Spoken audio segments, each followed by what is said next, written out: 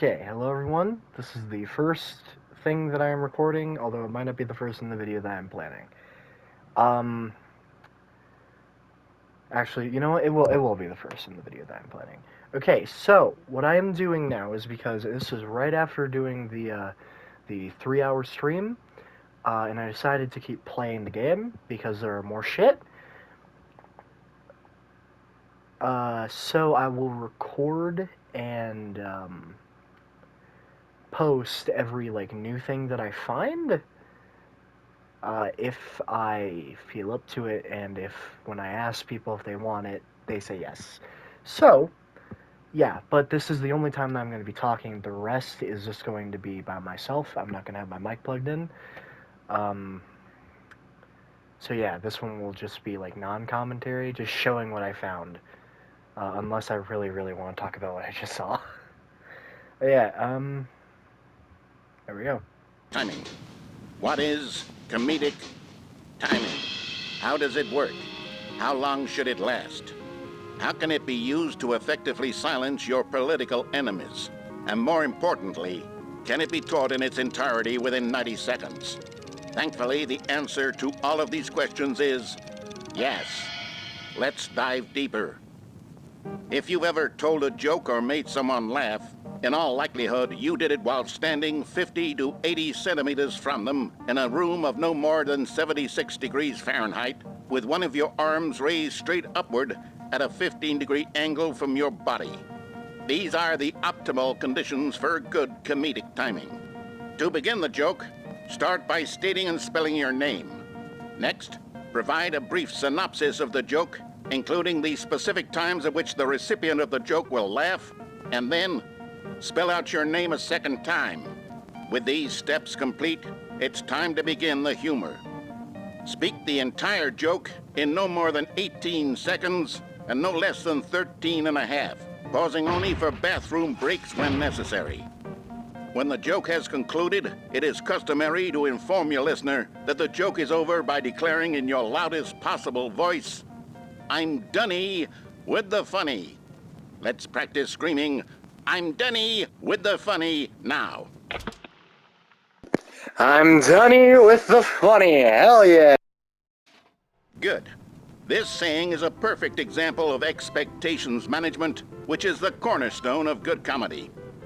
Finally, it's time to hand out surveys. Collecting hard data from your audience on how rapt they were throughout the joke is the only way to grow or learn as a comedian. An effective survey should be no less than 10 pages long and should include the same question reprinted several times, just to ensure the survey taker is actually paying attention and not simply filling in answers at random.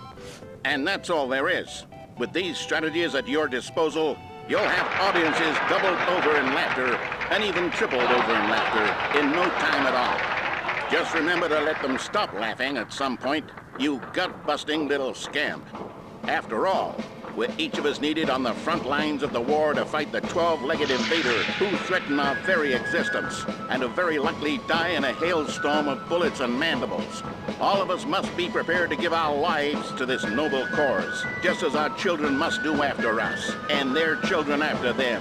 Godspeed, and may Earth reign supreme. Hey, goodness, this video is a little outdated, isn't it? Well, no matter. I think the fundamentals of proper comedic timing are still as relevant today as they were back then. So with that in mind, I believe the only way forward is for us to return to the two doors and walk through all of this again, so I can try telling my story with more appropriate comedic delivery. Come along, let's head back.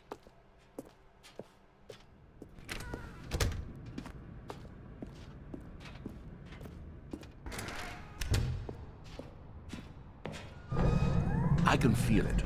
This time, I'm really going to nail the delivery. You'll be in stitches. A talking bucket, you'll say? How ridiculous. How absurd. What a hilarious concept. The king of comedy. That's what you'll call me. Thank goodness we have the instructional video. Otherwise, who knows where we'd be right now. Well, I wouldn't be the king of comedy, that's for sure. The bucket spoke to Stanley. The bucket spoke. The bucket spoke. Oh, I'll figure it out on the fly. No need to overthink things.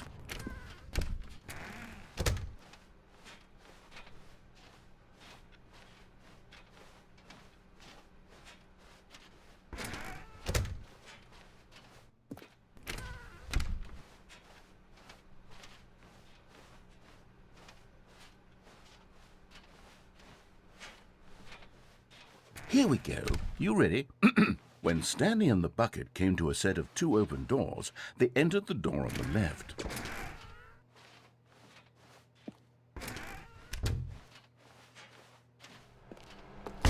What? We're back at the phone already? No, what's going on? There were supposed to be several rooms leading up to this. There was supposed to be a build-up to this point, a dramatic display of remarkable comedic wit which culminates in this scene with the phone. But now the timing's completely off.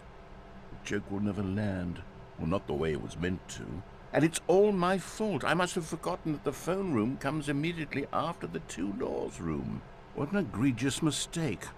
I've made a fool of myself. I don't deserve the title of King of Comedy. I'm nothing. I'm not even the lowliest joke-telling whelp. I think I need to go back and rewatch that instructional video again. Yes, surely that will help me improve my... Here we go. You ready? When Stanley and the bucket came to a set of 2 open doors, they entered the door on the left.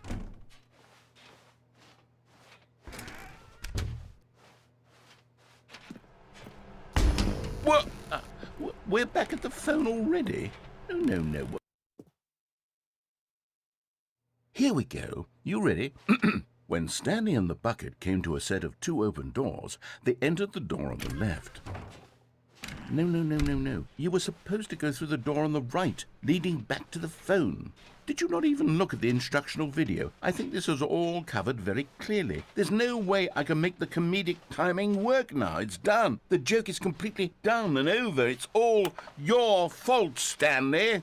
I'm going to be ridiculed in the community of other joke writers. I'm going to be shamed at every one of our meetings from now on. All because you couldn't watch a simple video and take a hint. Are you proud of yourself for bringing me down, Stanley? Are you proud? Stanley, you love the bucket so much it's like you... it's as though all of your other most prized possessions pale in comparison. Yes. Are you fucking kidding me right now? Are you fucking... I heard that you are pale with shame over how unabashedly in love with a bucket you are. Oh my god. No? Still not... Is it the delivery? Pale with shame. Pale with shame? Pale... What's another word to describe a bucket? Stanley, this bucket is so metal, I think I saw it playing guitar. No.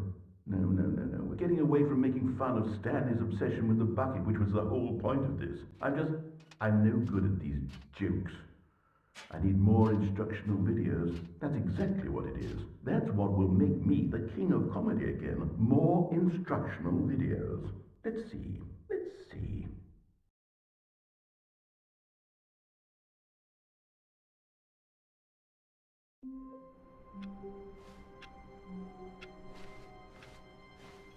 All of his co-workers were gone. What could it mean? Stanley decided to go to the meeting room. Perhaps he had a good bucket, a strong bucket, a humble bucket, a committed bucket, a bucket of culture, and Stanley clung the bucket to his cheek. Could his co-workers really all be gone?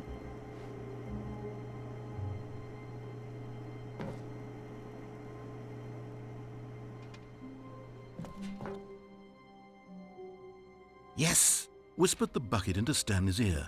We've done it. We've escaped from that dull office and that pesky narrator. At last, out here in the white void, we are alone. Now, and for the first time, I can reveal to you my true self. The bucket began to tell Stanley of its life and its history, of the countless wars it witnessed, desecrating the land and lives of untold numbers of innocent humans, and the bucket's own complicity therein, of sadness and regret, and the many years it spent dwelling on the actions it might have taken to curb the madness and the decay, if only it had been stronger, of hope and redemption, and its crusade to uplift the stock of life for the common man, to manifest justice where none existed, and the bittersweet reality of time, to see one's dreams and wishes met halfway, meted out in parcels like charity, and abandoned as soon as the warm glow of inspiration begins to dim. The opportunities to do so much more. There was so much it could have done, perhaps, the bucket wondered to itself. Perhaps if it had seen its own darkness with a clearer perception. This was way too much for Stanley. What are you talking about? He screamed. You're a bucket! To this, the bucket furrowed its brow. No, Said the bucket. not since the evil wizard Gambhorata first ensnared me in his machinations as payback for the sacred amulet I stole from his treasured vaults. I was young back then and could not conceive the ramifications of... No! Stanley screamed even louder this time. This is stupid! You are a bucket! This is so stupid! Why are we even doing this?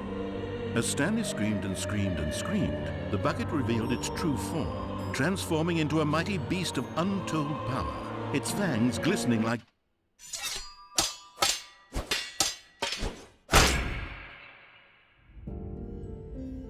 My God, Stanley, you did it. You saved us from the bucket. Thank God you already had all 12 emblems of sages and knew the incantations to summon their true power. Otherwise, we would have easily been overwhelmed by the bucket's power. I'm speechless. You've demonstrated such bravery here today. Come, let's restart the game, and we'll agree to never again go trifling with this bucket, nor the dark magic cast away inside of it.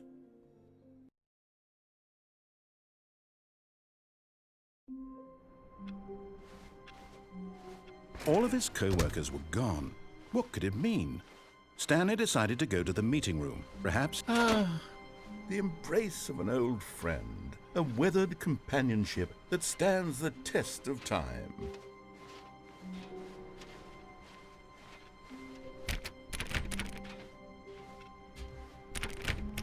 Oh, please. Are you really just doing this for the trophy?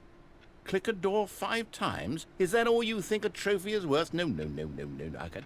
I can't just give these merits away for such little effort. A measly 5 clicks? Now, suppose you were to click the door 20 times. I would say that's the kind of effort that warrants recognition.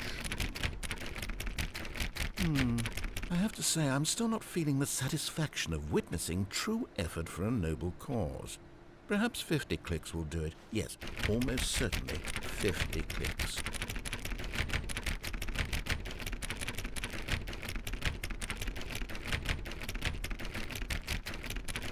No, I'm still not feeling it. I want this trophy to have meant something. It has to be a true reward for valiant effort. I want to see some hustle, Stanley. I want to see commitment, a willingness to go all the way no matter the cost.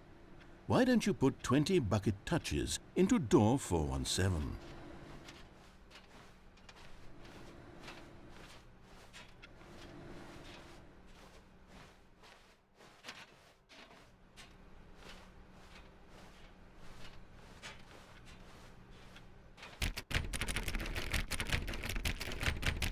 Okay, great. Now, go touch the bucket on door 437 a few times.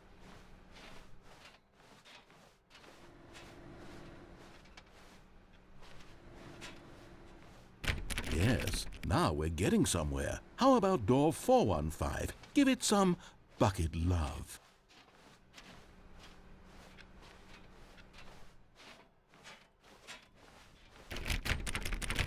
Now back to door number 437.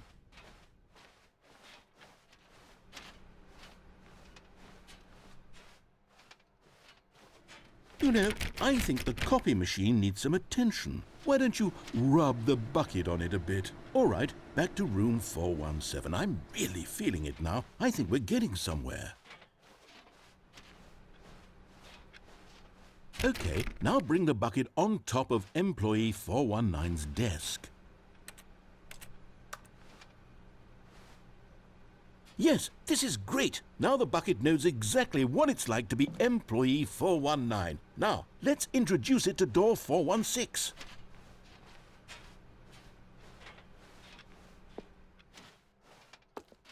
We've almost got it. Now make the bucket and the copy machine touch again.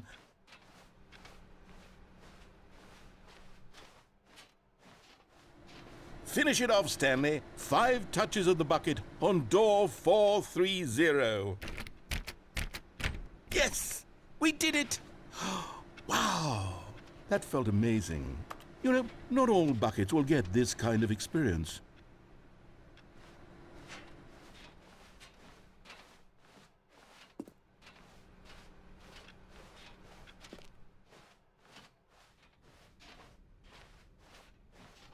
Stanley clutched the bucket tightly to his... This was not the correct way to the meeting room, but Stanley had felt the bucket calling to him, telling him that the employee lounge was simply the place to be. And here it was. Had the bucket turned out to be correct? No, never mind. The bucket was wrong. Stanley took the door on his left to go back to the meeting room. No, Said the bucket. don't go to the meeting room. Go somewhere else. The cargo lift, yes. Go there. Go to the cargo lift.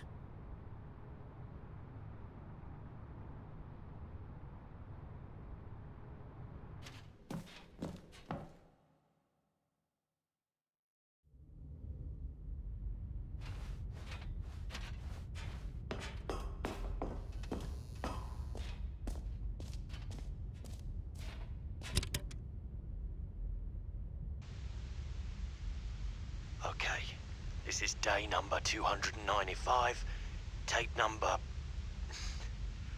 I don't even know. I've lost track. Nothing feels real anymore. The longer I study this bucket, the less sense anything makes. The sheer euphoria I feel every time I pick it up.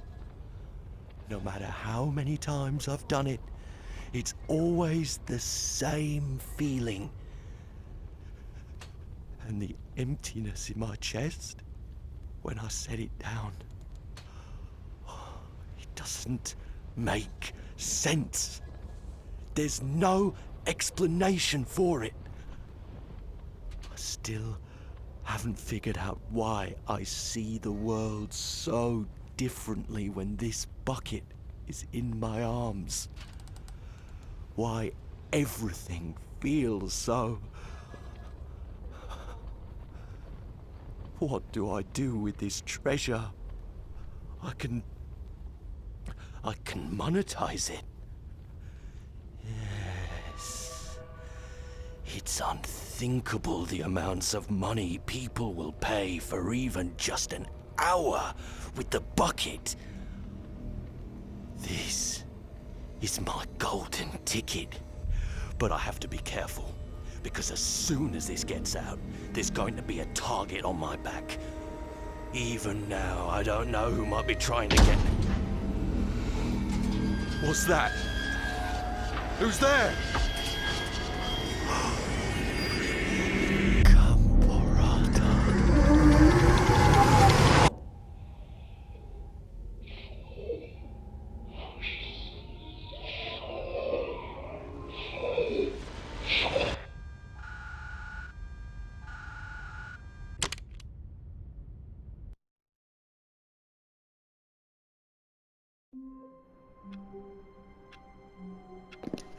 Can I just say I don't have any idea why most of the new shit in this game has to do with a fucking bucket? Like, what the fuck am I supposed to do about this? All of his co-workers were gone. What could it mean? Stanley decided to go to the meeting room. Perhaps the bucket made Stanley want to be a better man and a better co-worker. In time, perhaps, he would become both of those things. Stanley clutched the bucket tightly to his... This was not the correct way to the meeting room, but Stanley had felt the bucket calling to him, telling him that the employee lounge was simply the place to be. And here it was. Had the bucket turned out to be correct? No, never mind. The bucket was wrong. Stanley took the door on his left to go back to the meeting room. No, Said the bucket. don't go to the meeting room. Go somewhere else. The cargo lift, yes. Go. Good, said the bucket. Now ride the lift all the way to the top. There's something up there I need you to do. Stanley did not question why or how this bucket was speaking to him. It should have alarmed him, of course, because buckets can't talk. But Stanley chose not to think about this obvious fact. He was firmly convinced that the bucket had spoken to him, and he unthinkingly did whatever the bucket asked.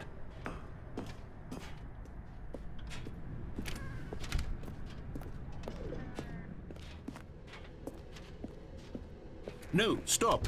Look there on the wall. You see, there's a sign right there. It says, "No buckets past this point." Stanley, how could you think it was okay to bring the bucket here? Unless, what if the problem is that you actually don't know what is a bucket and what isn't a bucket?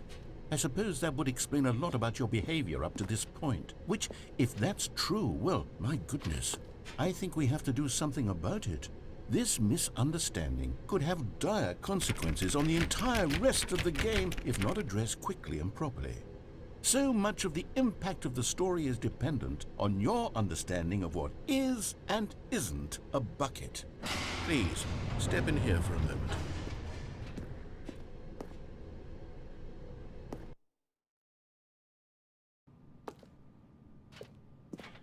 Now then, I'm going to run you through some test scenarios, and you'll tell me whether or not the thing I'm showing you is a bucket. Simple enough, right? This should tell us everything we'll ever need to know about what is or is not a bucket. Okay, let's begin. Item 1. Is this a bucket? Incorrect. It is a hologram of a bucket, not an actual bucket.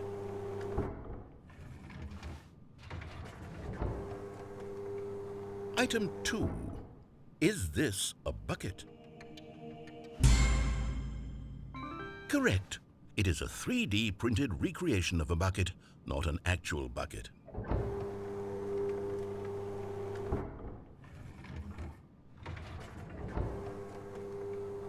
Item 3. Is this a bucket? Correct. This is a bucket.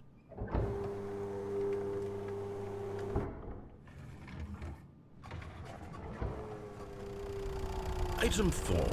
Is this a bucket? Correct. This is a tractor and not a bucket. To be honest, I just sort of put this one in here as a gimme, but I was starting to get concerned that even this might be too much for you. Thank you for not making me look like an idiot. Okay, next one.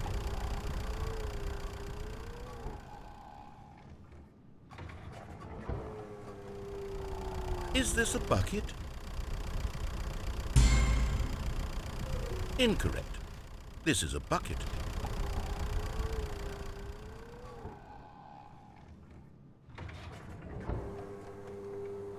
Item 6. Is this a bucket? Trick question. Both. Gotcha.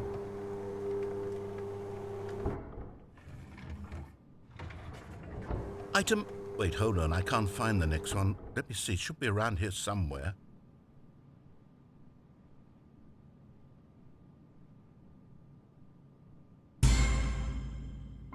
Yes, thank you. There's nothing here. Of course it isn't a bucket. We both know full well that nothing isn't a bucket. Wait, when I say nothing isn't a bucket, that makes it sound like I'm saying everything is a bucket, which of course is not true. Unless, is that what you think? Answer me straight, Stanley. Are you trying to tell me that you believe everything is a bucket? You know what? I'm too confused to even sort it out. I've lost all sense of perspective. What is a bucket? What isn't a bucket? Mere moments ago I could answer these questions with confidence, and yet now I'm somewhat adrift. Do any of us know what a bucket is? Am I a bucket? Stanley, I can't keep doing this. I'm losing myself, and myself was all I ever had to begin with. I'm afraid the bucket is threatening to tear our relationship apart. I can't have that. I'm sorry. But I'm going to erase all buckets from the game entirely. Okay, here we go.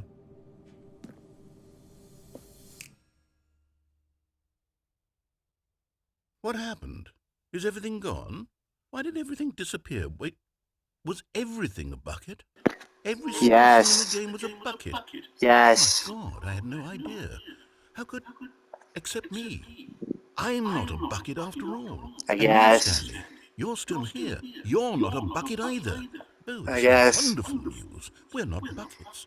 I guess Yes, people aren't I buckets, actually but feel everything much else is, more at though. ease right now. It's delightful to get some clarity on that issue, but it doesn't change the fact that we haven't got a game. So, tell you what, I'll reset everything and we'll put back all of the buckets, okay? And we'll know that it's all a bucket. But if you run into anyone else, maybe don't mention that. Who knows what that information might do to a person? All right, here we go.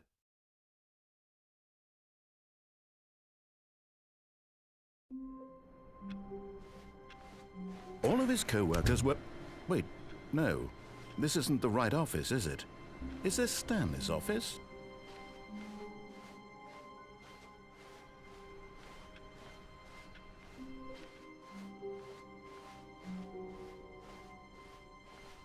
When Stanley came to a set of 2 open doors, he entered the door on his left.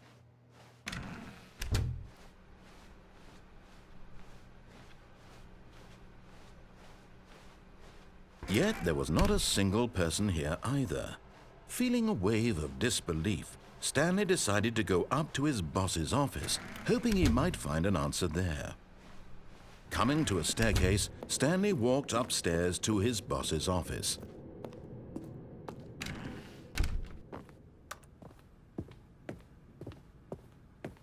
Stepping into his manager's office, Stanley was once again stunned to discover not an indication of any human life. Shocked, unraveled, Stanley was in such a rush to get through the story as quickly as possible, he didn't even have a single minute to just let the narrator talk. That kind of anxiety isn't healthy, so he relaxed for a few moments with some calming New Age music.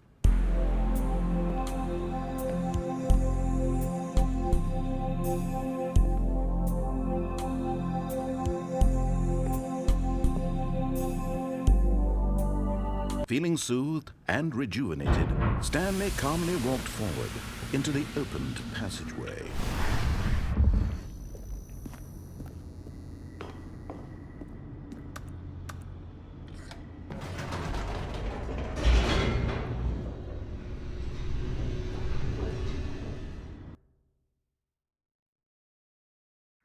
Descending deeper into the building, Stanley realized he felt a bit peculiar.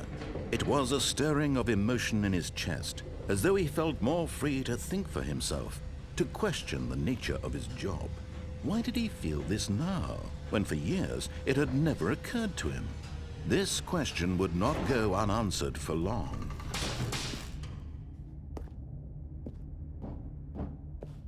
Stanley walked straight ahead through the large door that read Mind Control Facility.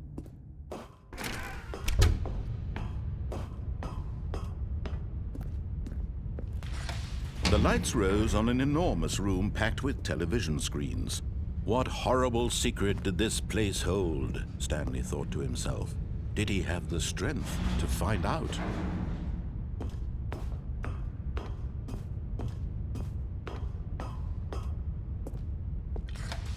Now the monitors jumped to life, their true nature revealed. Each bore the number of an employee in the building, Stanley's co-workers. The lives of so many individuals reduced to images on a screen, and Stanley, one of them, eternally monitored in this place where freedom meant nothing.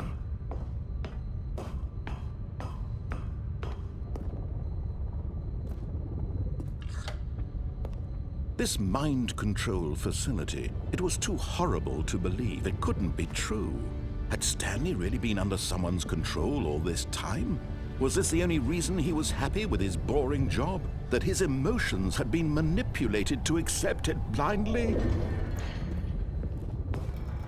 No, he refused to believe it. He couldn't accept it. His own life in someone else's control? Never! It was unthinkable, wasn't it? Was it even possible? Had he truly spent his entire life utterly blind to the world? But here was the proof, the heart of the operation. Controls labeled with emotions, happy or sad or content, walking, eating, working, all of it monitored and commanded from this very place. And as the cold reality of his past began to sink in, Stanley decided that this machinery would never again exert... Oh, Stanley, you didn't just activate the controls, did you? After they kept you enslaved all these years, you go and you try to take control of the machine for yourself. Is that what you wanted? Control? Oh, Stanley, I applaud your effort, I really do. But you need to understand, there's only so much that machine can do. You were supposed to let it go, turn the controls off, and leave.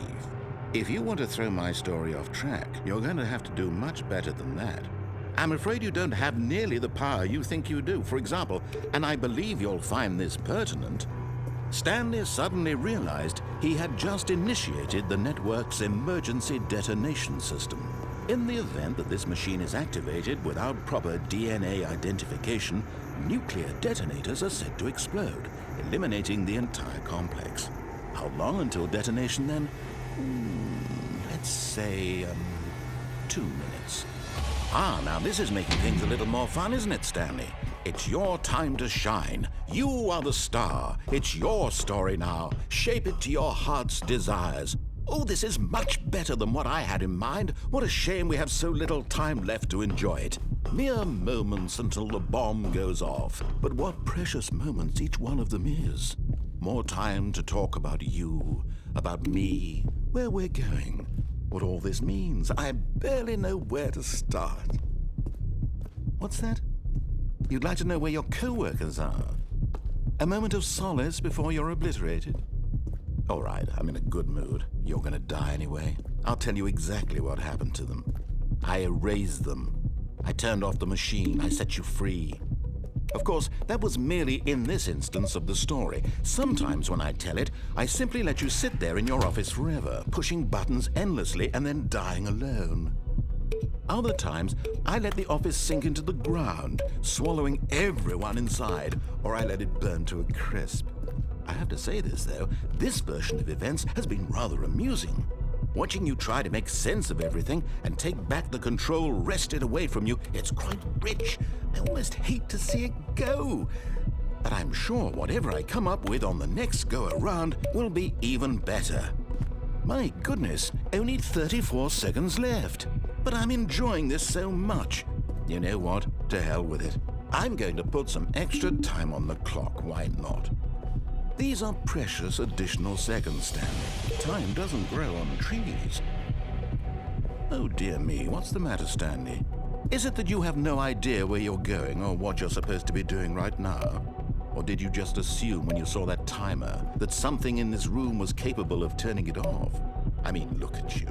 Running from button to button, screen to screen, clicking on every little thing in this room. These numbered buttons, no, these colored ones. Or maybe this big red button, or this door. Everything, anything, something here will save me. Why would you think that, Stanley? That this video game can be beaten? Won? Solved? Do you have any idea what your purpose in this place is?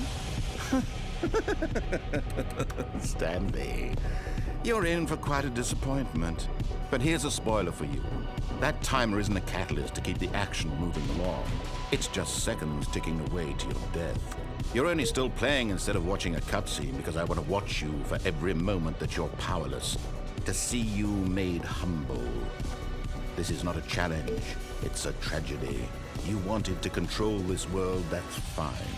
But I'm going to destroy it first, so you can't. Take a look at the clock, Stanley. That's 30 seconds you have left to struggle. 30 seconds until a big boom and then nothing. No ending here, just you being blown to pieces. Will you cling desperately to your frail life, or will you let it go peacefully? Another choice. Make it count, or don't. It's all the same to me, all a part of the joke. And believe me, I will be laughing at every second of your inevitable life from the moment we fade in until the moment I say, happily ever after.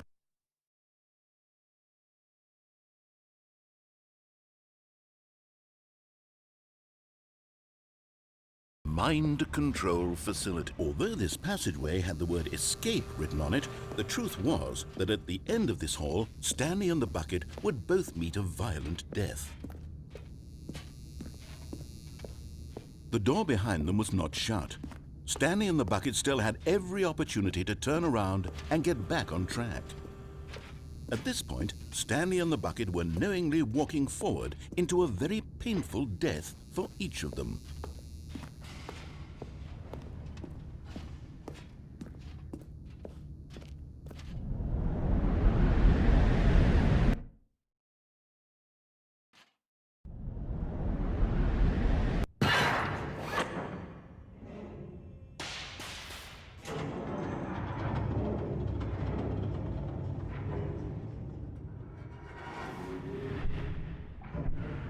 As the machine whirred into motion and Stanley and the bucket inched closer to their demise, Stanley reflected on how meaningless the bucket's warmth and comfort had turned out to be.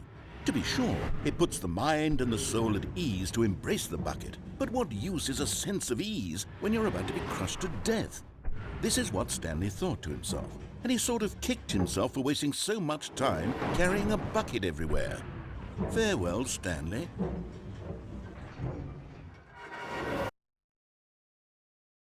"Farewell, Stanley," cried the narrator, as Stanley and the bucket were led helplessly into the enormous metal jaws.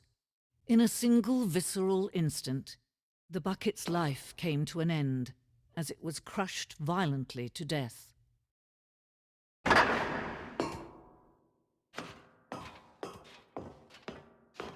It was a shame, the death of such a magnificent bucket. It's true that all buckets are radiant in their own way, but this one stood above the rest. It was a glorious bucket to behold.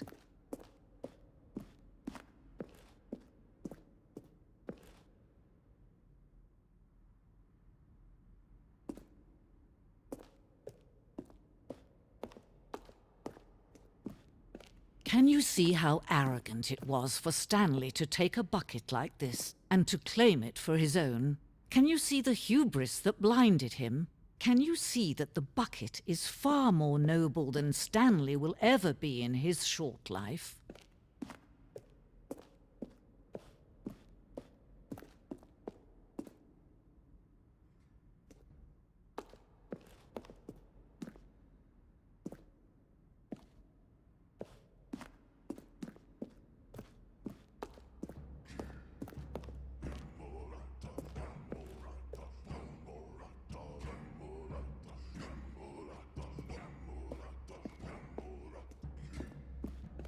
No man can own a bucket, and certainly not a bucket as dazzling to behold as this one. It is man who should kneel before the bucket.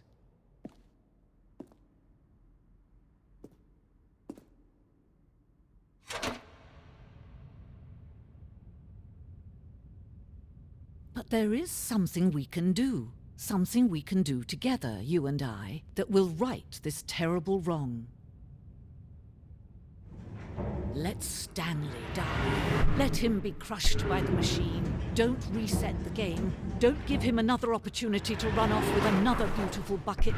We can save the world's buckets from their treatment as tools and implements if only we let Stanley die together. The bucket shall take its place as ruler, as leader, as commander of a new world, a new vision.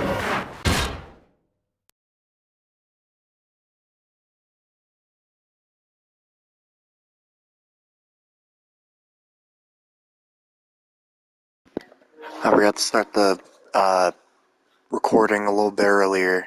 I just want to show everybody what happened when I opened the game a third time. Just so everybody knows, the only other slider before this was make a cat and dog friends, but I just want to show in case it turns into something else.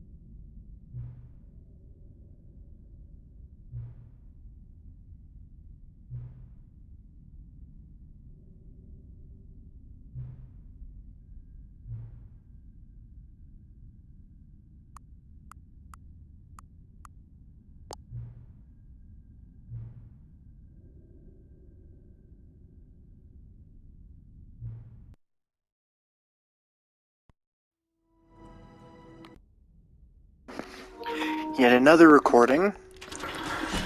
The new content place opened up again, because I decided to change it to where it would keep on giving me new titles and keep adding it by one, so like Stanley Parable 3, 4, 5, 6, and 7. And now it said that I would be able to access the... You see, Stanley, I've been reflecting on this. let me pause him so that he doesn't interrupt me. So that I can get the broken trophy. Because the guy, the text, said that he fixed it, so we're gonna see if that's what this means. Stanley Parable, and about how roundly disappointing this ultra deluxe version has turned out to be. The original Stanley Parable was a landmark, and any new content for it should live up to that legacy. So forget this ultra deluxe nonsense. I say we take it one step even further. Which is why I'm very proud to announce for the first time ever, the Stanley Parable 2.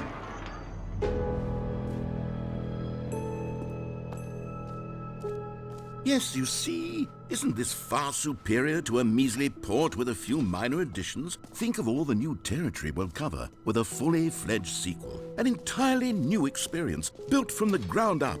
Why, there are so many possibilities. It could go in so many different directions. This is what fans have truly been asking for. Now, to be clear, I haven't quite nailed down what exactly the Stanley Parable 2 is going to be, but let's take a look at some of the features I've been developing for it. I figure that if I can loosely organize a handful of interesting concepts, that surely the game will sort of naturally spring up around them. Here we are. Go on, try out some of the new features.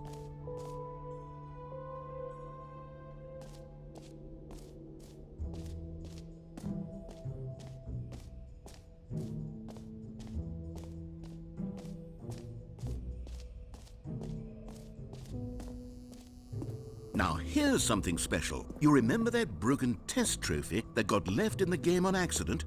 Well, I'm developing a technology to simply give you the trophy. Yes, you see, you'll come to this lever, and when you pull it, the trophy will be given to you. It's as simple as that. As you can see, the machine is not working yet since... Wait, what in the holy hell is going on? You got the trophy? Why did the machine work? Stanley, I didn't fix it. I didn't do anything to it. I swear, it was broken just a second ago. Who fixed it? Is someone here? Are we being watched? Oh, God.